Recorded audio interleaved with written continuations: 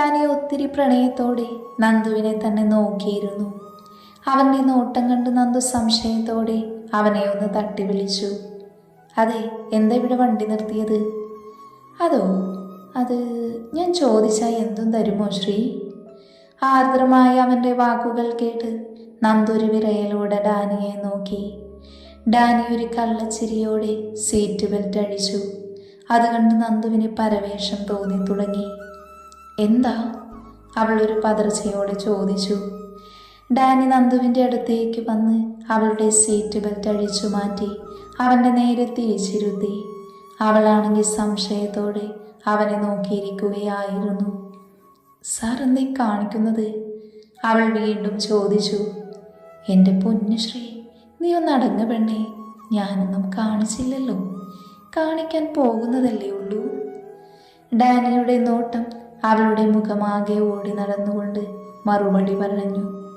അവൻ്റെ നോട്ടം കണ്ടതും നന്ദു പെട്ടെന്ന് തന്നെ തലകുനിച്ചിരുന്നു. ആ സമയം അവളുടെ കവിളുകൾ ചുവന്നു വന്നിരുന്നു. അല്ലെങ്കിൽ ഈ പെണ്ണിനെ കോലത്തിൽ കണ്ടിട്ട് കൺട്രോൾ കിട്ടുന്നില്ല. അതിനിടയിലാണ് അവൾ ചുവന്നിരിക്കുന്നത്. എനിക്കല്ലേ അറിയൂ എൻ്റെ ബുദ്ധിമുട്ട്, അവൾക്കത് അറിയേണ്ടല്ലോ, ഡാനി പതിയെ മനസ്സിൽ പറഞ്ഞു. എന്നാൽ നന്ദുവിന് വെപ്രാളം കൂടി വന്നു. ഡാനി എന്തെങ്കിലും ചെയ്യുമോ എന്നവൾ പേടിച്ചു. അവളുടെ വെപ്രാളത്തോടെയുള്ള ഇരുത്തം കണ്ട് ഡാനിക്ക് ചിരിയാണ് വന്നത്. അവൻ ചിരി കടിച്ചു പിടിച്ചിരുന്നു. കുറച്ചു നേരം കഴിഞ്ഞിട്ടും ഡാനിയുടെ ഭാഗത്ത് നിന്നും യാതൊരുവിധ പ്രതികരണവുമില്ലാതെ വന്നതും നന്ദു തല ഉയർത്തി നോക്കി. ആ നിമിഷം തന്നെ ഡാനി പൊട്ടിച്ചിരിക്കാൻ തുടങ്ങി. അവൻ്റെ ചിരി കണ്ട നന്ദു അറിയാതെ അവനെ നോക്കിയിരുന്നു പോയി. ചിരിക്കുമ്പോൾ വിരിയുന്ന നുണക്കുഴി അവൾ നോക്കിയിരുന്നു ആ നിമിഷം. ഡാനി ചിരിയടക്കിക്കൊണ്ട് നന്ദുവിനെ ഒന്ന് നോക്കി. താൻ എന്തെങ്കിലും തെറ്റിദ്ധരിച്ചോ? ഞാൻ തന്നെ വേറെ എന്തെങ്കിലും ചെയ്യാൻ പോവുകയാണെന്ന് കരുതിയോ ശ്രീ? അതിനൊരു ചമ്മിയ ചിരിയാണ് അവൾ നൽകിയത്. Your cheeks are looking beautifully rosy. Sree പ്രതീക്ഷിച്ചത് കിട്ടാത്തതിൽ തനിക്ക് സങ്കടമുണ്ടോ പെണ്ണേ? ഡാനി കുറുമ്പോടെ ചോദിച്ചതും നന്ദുവിൻ്റെ മുഖം വീർത്തുപോയി. സാർ എന്തേ പറയുന്നത്? ഞാൻ എന്ത് വിചാരിച്ചു എന്നാ? അവളെല്ലാം മറച്ചു വെച്ച് ചോദിച്ചു. തന്നെ അവൻ കളിയാക്കുവാണെന്ന് മനസ്സിലായതും നന്ദുവിന് ദേഷ്യം വന്നു. അവൾ വീർത്ത മുഖത്തോടെ തന്നെ അവനോട് ദേഷ്യത്തോടെ ചോദിച്ചു. ഡാനി ഒരു ചിരിയോടെ അവളുടെ ഇടുപ്പിലൂടെ കൈയിട്ട് അവളെ പൊക്കിയെടുത്ത് തൻ്റെ മടിയിലിരുത്തി. നന്ദു കുതറി മാറാൻ ശ്രമിച്ചതും ഡാനി അവളെ ഒരിക്കൽ കൂടെ തന്നിലേക്ക് ചേർത്ത് പിടിച്ചു. അങ്ങനെ ഒരു നീക്കം അവളിൽ വിറയലുണ്ടാക്കിയിരുന്നു. സാർ എന്തേ ചെയ്യാൻ പോകുന്നേ?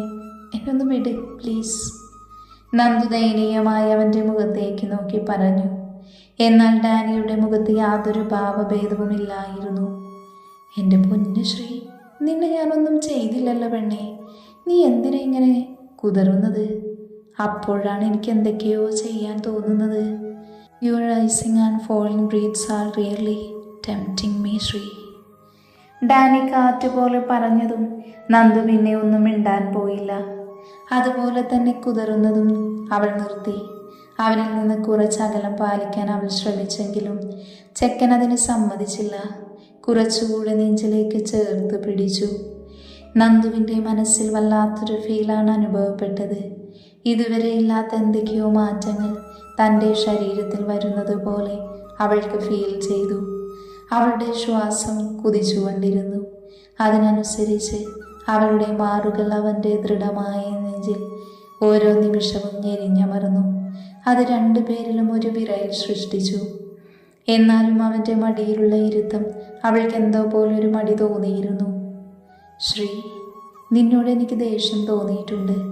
നിന്നെ വിവാഹം കഴിക്കുമ്പോഴും ദേഷ്യം തന്നെയായിരുന്നു മുന്നിട്ട് നിന്നത്. എന്നാൽ ഇന്നെനിക്ക് തന്നോട് ആ ദേഷ്യം കാണിക്കാൻ പറ്റുന്നില്ല. അതുകൊണ്ട് നീയും നിന്റെ ഉള്ളിൽ എന്നോടുള്ള വെറുപ്പും ഒഴിവാക്കണം. എന്നെ നീ സ്നേഹിക്കണമെന്നല്ല പറയുന്നത്, എന്നോടുള്ള ദേഷ്യം ഒഴിവാക്കണമെന്നേ പറയുന്നുള്ളൂ. തനിക്കെന്തും ഷെയർ ചെയ്യാൻ പറ്റുന്ന, എനിക്ക് തന്നോടെല്ലാം ഷെയർ ചെയ്യാൻ പറ്റുന്ന നല്ല സുഹൃത്തുക്കളാകാൻ നമുക്കിനി. ഡാനി പറഞ്ഞു നിർത്തിയതും നന്ദുവിൻ്റെ ചുണ്ടിൽ മനോഹരമായൊരു പുഞ്ചിരി വിരിഞ്ഞു.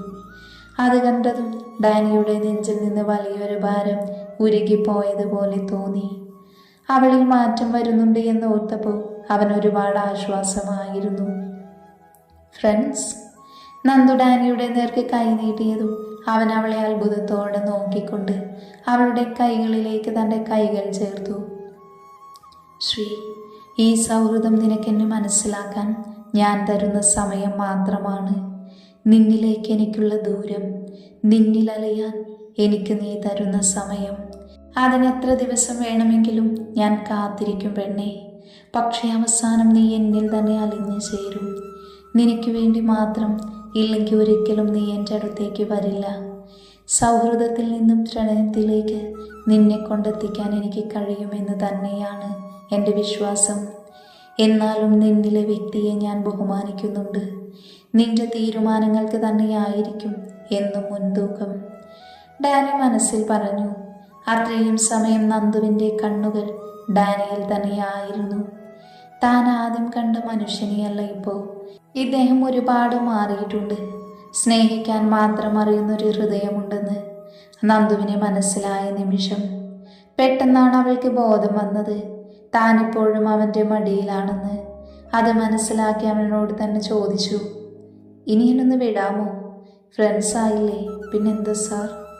അത് പറഞ്ഞുകൊണ്ട് എണീക്കാൻ പോയ നന്ദുവിനെ ഡാനി ഒന്നുകൂടെ മുറുകെ പിടിച്ചു. എന്തുകൊണ്ടോ അവളെ തന്നിൽ നിന്നും അകറ്റാൻ ഡാനിക്ക് കഴിയുന്നുണ്ടായിരുന്നില്ല. അവൾ തന്നോട് ചേർന്നിരിക്കുമ്പോൾ വല്ലാത്ത സന്തോഷം മനസ്സിൽ നിറയുന്നത് പോലെ, ഇന്നുവരെ താൻ അറിയാത്തൊരനുഭൂതി മനസ്സിൽ നിറയുന്നത് പോലെ, മനസ്സിലെ പിടിമുറുക്കമില്ലാതാവുന്നത് പോലെ, അവളിൽ മാത്രം അടിമപ്പെട്ടു പോകുന്നത് പോലെ. അവൻ്റെ നോട്ടം കണ്ട് നന്ദു എന്താ എന്ന അർത്ഥത്തിൽ അവൻ്റെ കണ്ണുകളിലേക്ക് ഉറ്റുനോക്കി. നിന്നോട് ഞാൻ പറഞ്ഞതല്ലേ എന്നെ സാറെന്ന് വിളിക്കരുതെന്ന്.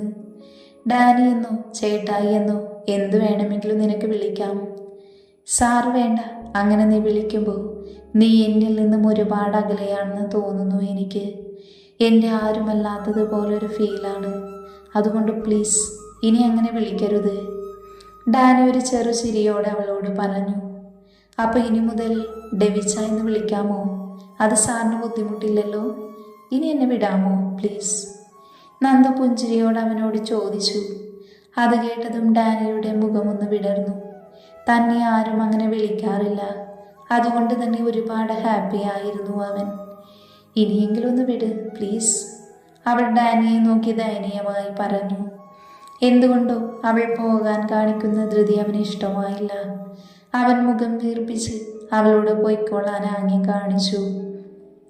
ഇതുവരെ ചിരിച്ചിരുന്ന അവൻ്റെ മുഖം പെട്ടെന്ന് മാറിയത് എന്തുകൊണ്ടാണെന്ന് നന്ദുവിന് മനസ്സിലായില്ല. നന്ദു ഒരു പുഞ്ചിരിയോടെ കൈമാറ്റിക്കൊണ്ട് അപ്പുറത്തെ സീറ്റിലേക്ക് പോയിരുന്നു. സീറ്റ് ബെൽറ്റ് ഇട്ട് ഡാനിയും ഒന്നും മിണ്ടാതെ സീറ്റ് ബെൽറ്റ് ഇട്ടുകൊണ്ട് കാറെടുത്തു. എന്താണ് തനിക്ക് പറ്റുന്നത്? ഇയാളെ താൻ ഒരുപാട് സ്നേഹിച്ചു പോകുവാണല്ലോ ഈശ്വര. ഇങ്ങനെ സ്വാതന്ത്ര്യം തരുമ്പോൾ വല്ലാതെ അടുത്തു പോകുന്നു. എന്നും ആ നെഞ്ചോട് ചേർന്നിരിക്കാൻ കൊതി തോന്നിപ്പോകുന്നു. ആർക്കും വിട്ടുകൊടുക്കാൻ തോന്നുന്നതേയില്ല. തൻ്റെ മാത്രമാണെന്ന് ലോകത്തോട് വിളിച്ചു പറയാൻ ആഗ്രഹിക്കുന്നു. ഇനിയും സാറിൻ്റെ അടുത്തിരുന്ന് എനിക്ക് എന്നെ തന്നെ നഷ്ടമായി പോകുമോ എന്നുള്ള ഭയം. അതുകൊണ്ടാണ് മടിയിൽ നിന്ന് മാറിയിരിക്കാൻ ധൃതി കാണിച്ചത്. സാറിൻ്റെ കണ്ണിലെ പ്രണയത്തിൻ്റെ തീക്ഷ്ണത തനിക്ക് സഹിക്കാവുന്നതിലും അപ്പുറമാണ്. സാറിൻ്റെ മുഖത്തേക്ക് നോക്കുമ്പോൾ അറിയാതെ ആ കണ്ണുകളിലേക്ക് ആഴ്ന്നിറങ്ങി പോകുന്നു. ആ കണ്ണുകളിൽ എന്നോട് പ്രണയമുണ്ടോ എന്ന് തിരയുമ്പോൾ അവിടെ പ്രണയമുണ്ടെന്ന് എൻ്റെ മനസ്സ് വാദിക്കുന്നു. ഇനി അഥവാ ഇല്ലെങ്കിൽ ഒന്നിൻ്റെ പേരിലും സാറിന് ഞാൻ ബുദ്ധിമുട്ടിക്കില്ല. എൻ്റെ ഇഷ്ടം ഒരിക്കലും സാറിന് അറിയിക്കുകയുമില്ല. പ്രണയമാണ് ഡാനിയൽ ഡേവിഡിനോട് ശ്രീനന്ദയ്ക്ക് അടങ്ങാത്ത പ്രണയം. ഇതുവരെ ആരോടും തോന്നാത്ത വികാരം അതേ മനുഷ്യനോടാണ് തനിക്ക് തോന്നിയത്. തനിക്ക് വേണ്ടി കാത്തുവെച്ച നിധിയാണ് എൻ്റെ ഡേവിച്ചൻ, എൻ്റെ മാത്രം ഇച്ചായൻ. ഇന്ന് ഞാനത് തിരിച്ചറിയുന്നുണ്ട്. ഓരോ തവണ ഇച്ചായനെ ചേർത്ത് പിടിക്കുമ്പോഴും ഇച്ചായനേക്കാൾ ഉപരി ഭയം എനിക്ക് എന്നോട് തന്നെയാണ്. മനസ്സ് കൈവിട്ട് പോകുമോ എന്നുള്ള ഭയം. അനിയത്തിമാരെ ഓർക്കുമ്പോൾ വേദന തോന്നും. ഇച്ചായൻ എന്നെ അംഗീകരിച്ചില്ലെങ്കിൽ വേദനിക്കുവാൻ വയ്യ എനിക്ക്. പക്ഷേ കഴിയുന്നില്ല. ഉള്ളിലെ ഇഷ്ടം വേണ്ടെന്ന് വയ്ക്കുവാൻ കഴിയുന്നില്ല. സാർ എന്നോട് ഇത്രയ്ക്ക് അടുത്ത് ഇടപഴകുന്നത് കൊണ്ടായിരിക്കും. ഈ മിന്നി കഴുത്തിൽ വീണ നിമിഷം ജീവിതം നശിച്ചു എന്ന് കരുതിയവളാണ് താന്. എന്നാൽ ഒരിക്കൽ പോലും സാറിനോട് മോശമായി പെരുമാറിയിട്ടില്ല. പലപ്പോഴും എന്നെ നോക്കുന്ന കണ്ണുകളിൽ പ്രണയം ഞാൻ കാണാറുണ്ട്. അത് പ്രണയമാണോ സഹതാപമാണോ എന്ന് മനസ്സിലാക്കാൻ എനിക്ക് കഴിയുന്നില്ല. ഞാൻ പോലും അറിയാതെ എൻ്റെ അനുജത്തിമാർക്ക് കൂട്ടിനായി ഒരമ്മയെ വീട്ടിലേക്ക് കൊണ്ടുവന്നപ്പോൾ ആ ഇഷ്ടം ഇരട്ടിച്ചതേ ഉള്ളൂ. അതുപോലെ അന്ന് എനിക്ക് ഡ്രസ്സ് എടുത്തപ്പോൾ ഞാൻ പറയാതെ തന്നെ അനിയത്തിമാർക്കും എടുത്തു. അങ്ങനെ എല്ലാം കൊണ്ടും സ്നേഹം കൊടുക്കാൻ ആഗ്രഹിക്കുന്ന മനുഷ്യനാണ്. പക്ഷേ കുറച്ച് ദേഷ്യം മുന്നിട്ട് നിൽക്കുന്നുണ്ട് എന്ന് മാത്രം. ഇന്നിപ്പോൾ ഒരു സൗഹൃദമെങ്കിലും തനിക്കായി തുറന്നു വെച്ചല്ലോ എന്നോർത്ത് നന്ദു ഉള്ളാലെ സന്തോഷിച്ചു. തൻ്റെ മനസ്സിൽ ഇപ്പോഴും ഇയാളാണല്ലോ. അത് എന്നെ അത്രയും സ്നേഹിച്ചിട്ടായിരിക്കും, എന്നെ വേദനിപ്പിക്കാത്തത് കൊണ്ടായിരിക്കും, എന്നെ ആരുടെ മുന്നിലും കളിയാക്കാൻ ഇട്ടുകൊടുക്കാത്തതും കൊണ്ടായിരിക്കും, കൂടെ നിന്ന് സപ്പോർട്ട് ചെയ്തതുകൊണ്ടായിരിക്കും, വീട്ടുകാരുടെ മുന്നിൽ വരെ എനിക്ക് വേണ്ടി വാദിച്ചില്ലേ. അതൊക്കെ കാണുമ്പോൾ ഞാൻ വല്ലാതെ അദ്ദേഹത്തെ സ്നേഹിച്ചും ബഹുമാനിച്ചും പോവുകയാണല്ലോ. ദൈവമേ, എന്നെ നീ വേദനിപ്പിക്കല്ലേ. തന്നെ നോക്കിയെന്തോ ആലോചിച്ചിരിക്കുന്ന നന്ദുവിനെ ഡാനി ഒരു സംശയത്തോടെ നോക്കി. ഡി, അവളുടെ കയ്യിൽ തട്ടി അവൻ വിളിച്ചു. ശ്രീ, തൻ്റെ വീടെത്തി. താൻ ഇറങ്ങുന്നില്ലേ? താൻ എന്ത് സ്വപ്നം കണ്ടിരിക്കുക?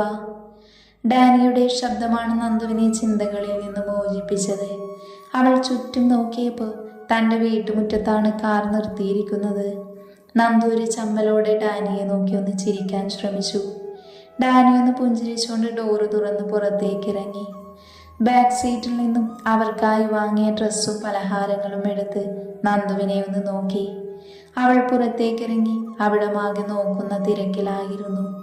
ഡാനി വന്ന് 2 കവറുകൾ അവളുടെ കൈകളിൽ ഏൽപ്പിച്ചിട്ട് അവളുടെ ഇടത്തെ കൈ അവൻ്റെ വലത്തെ കൈയോടെ കോർത്തു പിടിച്ച് ഒരുമിച്ച് അവർ ആ വീടിൻ്റെ പടികൾ ചവിട്ടി.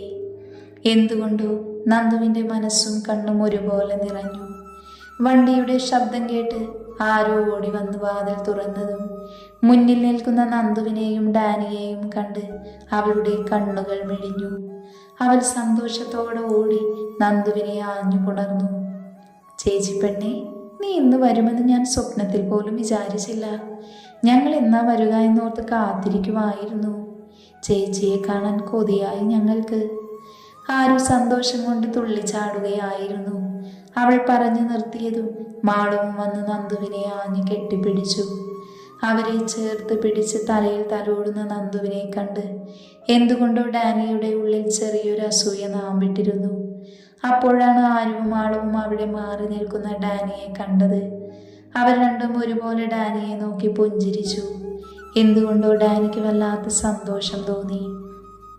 ഒറ്റ മകനായി വളർന്നതുകൊണ്ട് തനിക്കിന്ന് വരെ ഒരു സഹോദരങ്ങളില്ലാത്തതിൻ്റെ വിഷമമുണ്ടായിരുന്നു.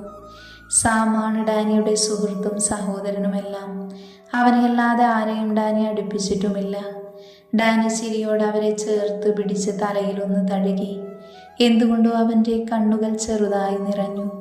തനിക്ക് 2 പെങ്ങന്മാരെ കിട്ടിയതുപോലെയാണ് ഡാനിക്ക് ആ നിമിഷം തോന്നിയത്.